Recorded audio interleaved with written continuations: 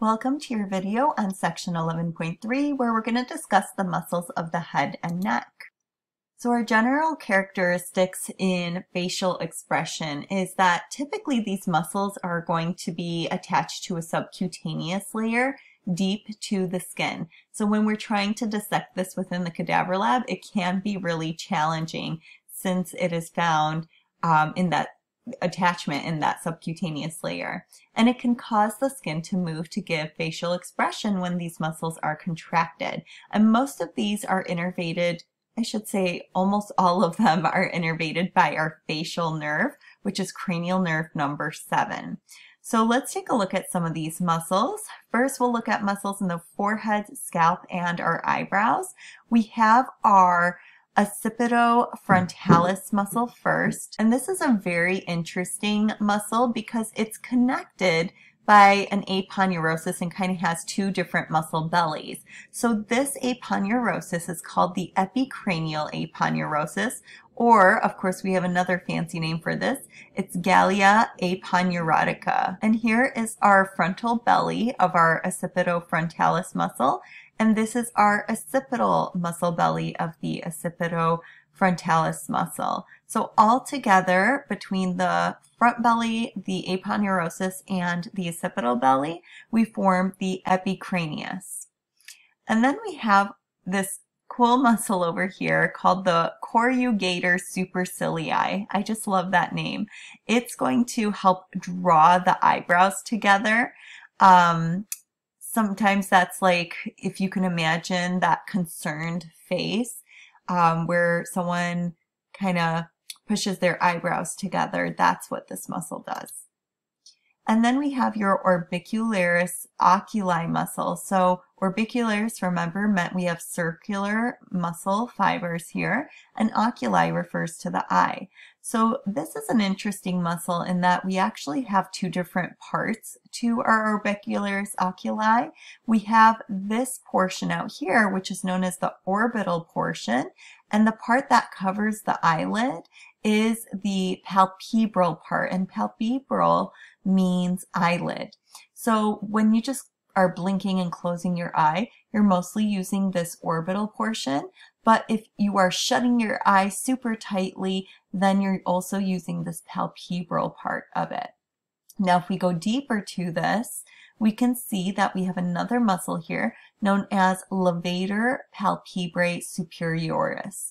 And of course we have a levator palpebrae inferioris, that's for the lower eyelid over here. We said palpebrae means lower and levator just means that it's going to elevate, right? So it elevates the upper lid, the inferioris one is going to elevate the lower lid.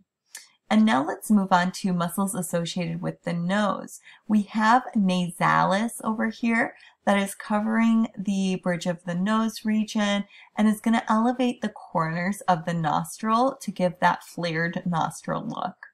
We also have this muscle in the center between our eyebrows and a little between our eyes as well. This is called procerus, and it helps to wrinkle the nose in distaste. This is going to be continuous with the frontal belly of that occipital frontalis muscle that we discussed in the previous slide. And we have the orbicularis oris muscle that we've talked about so much already. Oris, of course, refers to the mouth. So when we contract this muscle, it is going to close our mouth and pucker the lips up. Or back when the duck face selfies were super popular, I would call them orbicularis oris selfies because it would, of course, this muscle helps to pucker up the lips like that. Next, we have the depressor anguli. Oh, sorry, we're not there yet. Depressor labii inferioris. So that is going to be this muscle right in here, and it helps to pull this lower lip inferiorly. For our depressor anguli oris muscle, notice how it's attached to the corner of the mouth. So when it contracts, it's going to pull that corner of the mouth inferiorly in order to frown. Hopefully we're not doing too much of that. So this muscle should be nice and relaxed on your face. And then we have our levator labii superioris over here. Labii is referring to the lips. And where we have a superioris, that means we have an inferioris somewhere, right? So this one happens to pull the upper lip superiorly. And then we have a levator anguli oris, and that we're going to find right over here. It's a small muscle, and this is going to pull the corners of the mouth superiorly and laterally.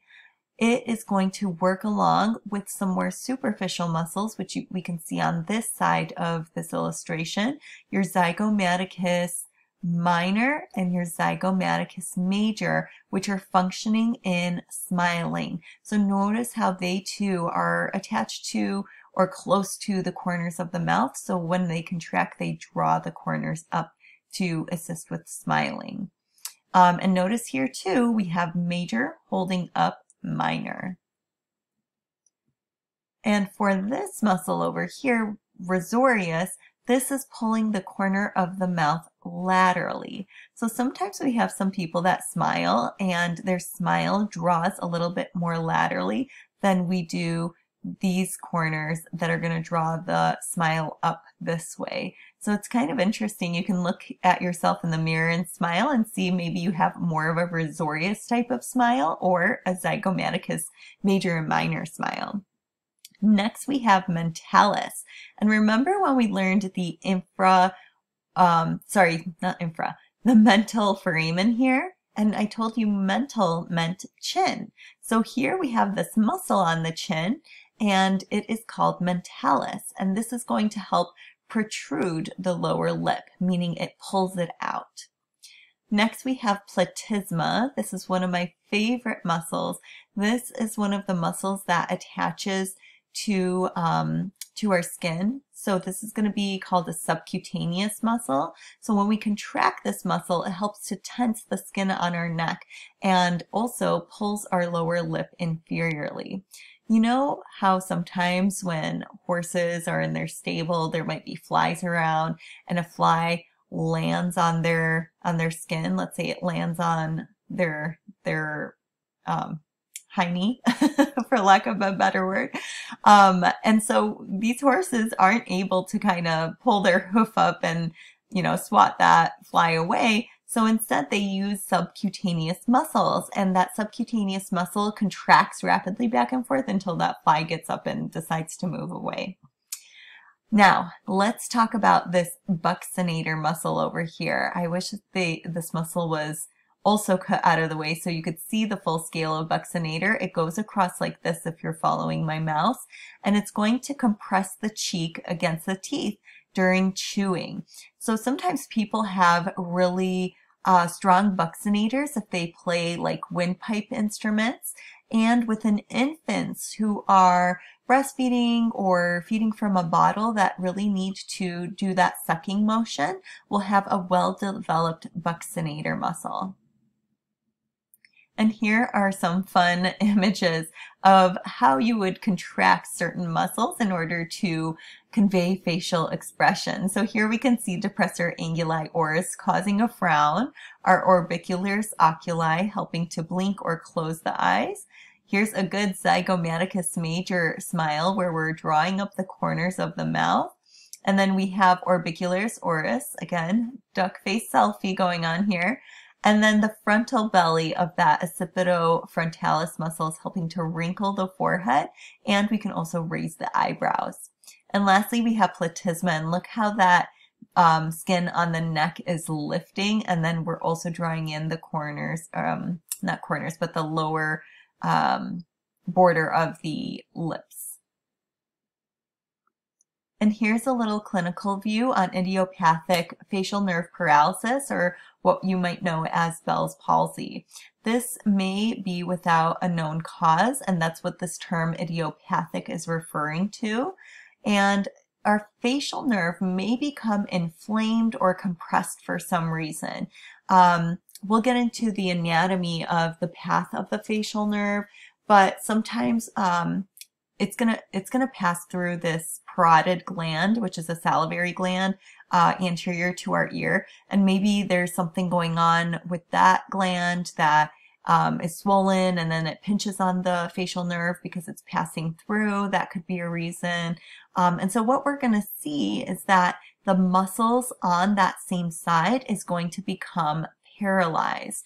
And we could see this really well in this gentleman over here, where he has the issue on his right side of his face. So when he's trying to make these different facial expressions, you can see that there's no contraction going on the right side of his face. I mean, look at this occipitofrontalis muscle over here, barely causing wrinkling in the forehead and raising the eyebrow here. And so when the face is at rest, though, we will see something like a drooping eye or a loss of nasolabial fold. So it's smoothed out over here. And we could see this on this side of his face here too. And you might even see drooping of the corner of the mouth there. Prednisone is often used to reduce the swelling in treatment, and level and timing of recovery is going to vary. And this is due to figuring out what the cause of it is and what we can do in order to treat it. Now let's move on to extrinsic eye muscles. So when we talk about extrinsic eye muscles, it means that these muscles are extraocular, meaning they're surrounding the eyeball. When we get into the senses, we'll talk about some intrinsic eye muscles, which will have to do with the iris. So making that pupil larger or smaller would be a contraction of the intrinsic eye muscles. So now let's talk about our extrinsic eye muscles. These are all going to insert onto the outer surface of the eye and be able to move the eye. And we have 6 muscles. 4 of them are going to be called rectus muscles because they kind of move straight to the eye like we see over here. And we have 2 oblique muscles which are moving diagonally to insert themselves on the eyeball. So we'll start off with our rectus muscles. These are all going to originate from a common tendinous ring toward the back of the skeletal orbit over here. And we'll start off down here to indicate the medial rectus muscle. So look at this image over here. This is going to be the muscle that attaches to your eyeball that is closest to the nose region. So what it does when we contract, think of the attachment on the eyeball here as the insertion and our common tendinous ring as the origin. So we're moving this insertion toward the origin. So what that's going to do is make the eye move medially. So you're kind of, if you're contracting both of your medial rectus muscles on your eyes, it's like you are staring down at your nose, like you're going cross-eyed. And this one is innervated by cranial nerve number 3, which is your oculomotor nerve. Next, we have lateral rectus. So we have to switch to a lateral view in order to see this. And the lateral rectus, you could see, is closer to the periphery of your head. So, or lateral side of your head, makes sense, right? So now this insertion is going to move closer to the origin, and that's going to cause the eye to move laterally, or we could say abduct the eye. And this is innervated. That's why we said abduct. It's innervated by the abducens nerve, which is cranial nerve number 6. Next, we have the inferior rectus, which we can see here in this lateral view, and we can also see it from this medial view. An inferior rectus is going to move this insertion toward the origin and cause the eye to look inferiorly and medially. And this is innervated by oculomotor nerve, which is cranial nerve number 3. And the last rectus muscle is superior rectus, which we see here and over here. And this muscle is going to pull the eye superiorly and medially and is innervated by cranial nerve number 3, which is our oculomotor nerve once again. Now let's talk about those oblique muscles. Our inferior oblique has an interesting path. You can see just a portion of it over here, but in this lateral view, you can see the full muscle belly. And this is going to elevate and turn the eye laterally. And this is innervated by oculomotor nerve as well. Now our superior oblique muscle I think is the coolest one of all the eye muscles, and that's because this muscle originates here and then extends on up and goes through a trochlea. Trochlea means pulley, so it's going through a pulley and then it attaches to the eyeball. Isn't that cool? And so when it attaches in that way, we are able to depress the eye and turn the eye laterally. And this is innervated by the trochlear nerve, which is cranial nerve number 4. And this is all that this nerve does, is supplies this muscle. So kind of interesting that we have a teeny tiny nerve that supplies a teeny tiny muscle. And here's a great view here. The eyeball has been removed, so now we can see each of these orbital muscles. Here's our lateral rectus, medial rectus, inferior rectus, and superior rectus. There is our inferior oblique muscle, and then our cool trochlea passing muscle, which is our superior oblique. And yet another great view here where we can see all of our rectus muscles surrounding the eye. This is a superior view of the cranium, so we've just removed that brain. Here's that crista galli and the cribriform plate that you're so familiar with. And then our sphenoid bone back in here. And then this view shows us your superior oblique muscle. So here is the muscle belly, the tendon going through the trochlea and attaching, and then inferiorly, of course, we have the inferior oblique. So this view is really nice too, because I think once you see it, you can imagine the contraction of this muscle, especially for the rotation, whether it's laterally or medially rotating, how that movement would take place. Now let's move into muscles of mastication, or our chewing muscles. We've got 4 paired muscles that are going to help to move the mandible at our temporomandibular joint. And all of these are innervated by cranial nerve number 5, which is the trigeminal nerve. Now here is our temporalis muscle, which is covering our temporal bone. So it's named nicely, and it's going to, you can kind of see, or I guess you can't because they cut it out of the way, but you would have this muscle tendon reaching on down and attaching to the mandible behind this masseter muscle here. And by that attachment, it's going to allow this muscle to contract and elevate and pull the mandible posteriorly or retract the mandible. And you could see it has a very broad shape and fan shape to it. Next, we have the masseter, which is a really strong muscle. It is going to help to elevate and pull that mandible up anteriorly and protract the mandible. This is the most powerful and important masticatory muscle we have to help us with chewing.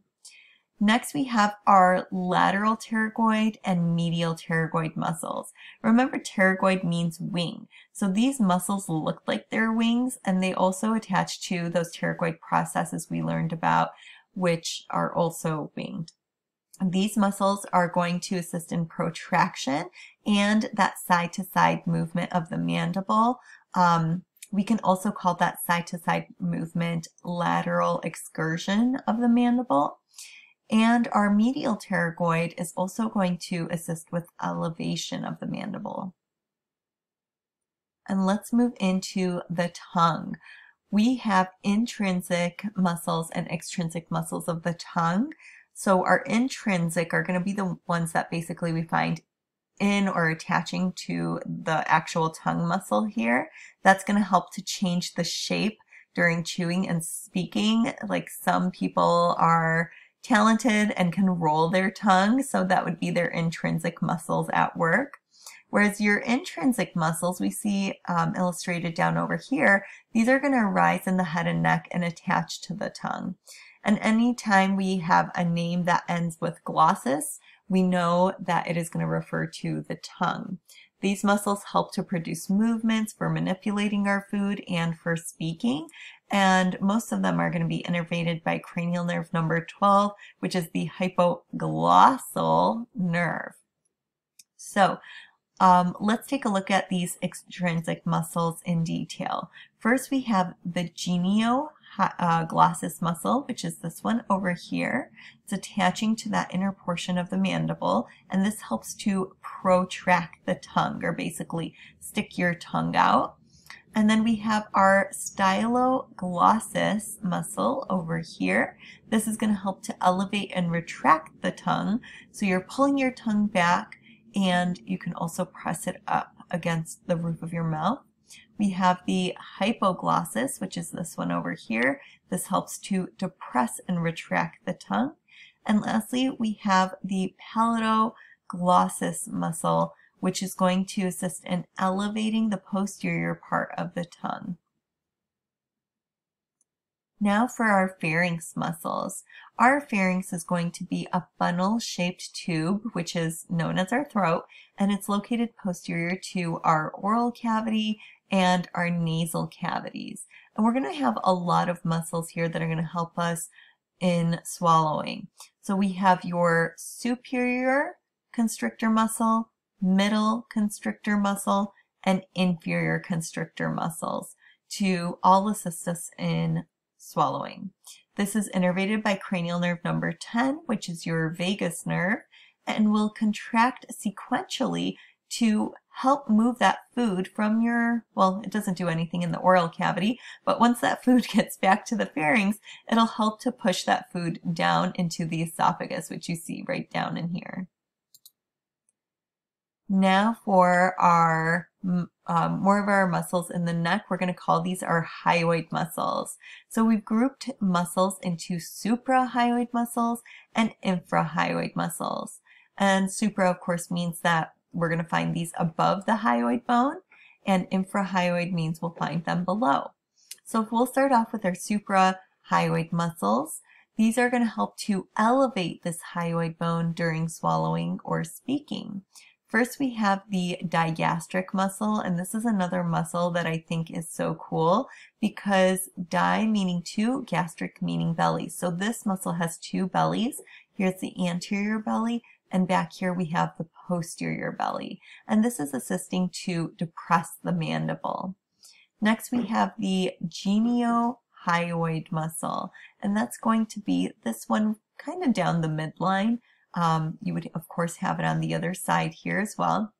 And this is going to help to just elevate the hyoid bone. Then we have your myelohyoid muscle. So we see part of it in here, part of it here. The digastric is just sitting superficial to it. And this will help to provide a muscular floor of our mouth and also raise it up. And lastly, we have our stylohyoid, which is this muscle right in here. And yes, it does attach to the styloid process, which is why it's in the name. And it's going to assist in elongating our oral cavity during swallowing. Now for our infrahyoid muscles, these are going to assist in depressing the hyoid bone or our thyroid cartilage, which is also known as the Adam's apple, as swallowing is going to finish. So another fun kind of two-bellied muscle first, we have your omohyoid muscle. And I don't know why they labeled it on this side because you can barely see it. Here's a better view of your omohyoid. So here's that first muscle belly, and then we have a little bit of a tendon here, and it's almost going through like that pulley that we saw in the eye. And then the other muscle belly is going to extend over to the scapula. That's what omo is actually referring to, is the scapula. So what this is going to do is depress that hyoid bone by pulling it toward the scapula. Next, we have your sternohyoid muscle, and I love some of these names because they really describe their attachment points, right? So we have attachment of this muscle from the sternum to the hyoid bone, and it's going to help to depress the hyoid by pulling it toward the sternum. Next, we have this smaller muscle known as the sternothyroid muscle. Well, it's not too small, but it's smaller than the sternohyoid. So the sternothyroid is going to depress the thyroid cartilage by pulling it down toward the sternum. Now the smallest of them all here is going to be our thyrohyoid muscle, and this is extending from our thyroid cartilage to the hyoid bone. So it's going to depress this hyoid bone and elevate the thyroid cartilage, which helps to close off the larynx during swallowing. And now we've made it into the anterolateral neck muscles. These are generally going to act to flex our neck. So first we have that sternocleidomastoid muscle. It's extending from our sternum and the clavicle over to our mastoid process on the temporal bone. Now when both sides, right and left, are going to contract, when they bilaterally contract, that will assist us in flexing the neck.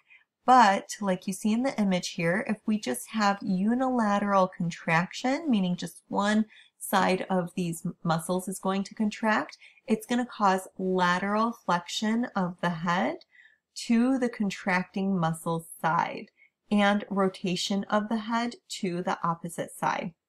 So what does that mean? So let's all contract our right sternocleidomastoid muscle. So we can just tilt your head to the right. That's lateral flexion. And then come back up, because I don't know, if you have been sitting in front of the computer, maybe your muscles are a little acting up. So let's put your head straight back up. And then if we are going to contract our right sternocleidomastoid, then that means that we are going to rotate our head to the left. And our right sternocleidomastoid muscle should tense up. So if you have your hand on that muscle, you will feel tension there. Now let's talk about our scalene muscles, which you can see a bit deeper in here. These are broken up into an anterior, middle, and posterior scalene muscle, and they work with your sternocleidomastoid muscle in order to flex the neck. And also we can pull the cervical vertebrae toward first and second ribs when we laterally flex our neck, and elevate our first and second ribs during forced inhalation. Now for some posterior neck muscles, these will pretty much all act to extend the neck. First we have trapezius muscle, which is not pictured here, but we will talk about trapezius again. Its main function is to help move our pectoral girdle, but it's also going to help to extend the neck. And we've talked about how it's going to help to elevate, adduct, and depress our scapula as well. Now for some of these other muscles, we've got our splenius capitis, which capitis you always want to think there's going to be an attachment point on the head. Our splenius cervicis, which is not pictured here, I don't believe. I don't see it. Oh, yes, it is. It's over here. I thought maybe they layered over it. And then we have your semispinalis capitis, which is here. They also call this the biventor muscle, or biventor capitis. And then we have longissimus capitis, which is pictured over here. And this is extending up from, yes, longissimus that we know from erector spinae. So all of these muscles, when we contract them bilaterally, meaning on both sides, it's going to help to extend the neck. And when we contract just one side, that's going to turn the head to the same side. So let's imagine this head is yours, and you are going to contract your left splenius capitis, let's say. So that's going to turn your head to the left side. And then we have this special region known as your suboccipital muscles. That's this region right in here. You have all of these long names for these teeny tiny muscles. First, we have your obliquus capitis superior. Then, of course, we have an inferior version of that, your obliquus capitis inferior. And these are going to work to turn our head to the same side. So when we contract these muscles, we on the right side of our head, let's say, we're going to turn our head to the right. And then we have our rectus capitis posterior major, and rectus capitis posterior minor. And these muscles are going to extend our neck.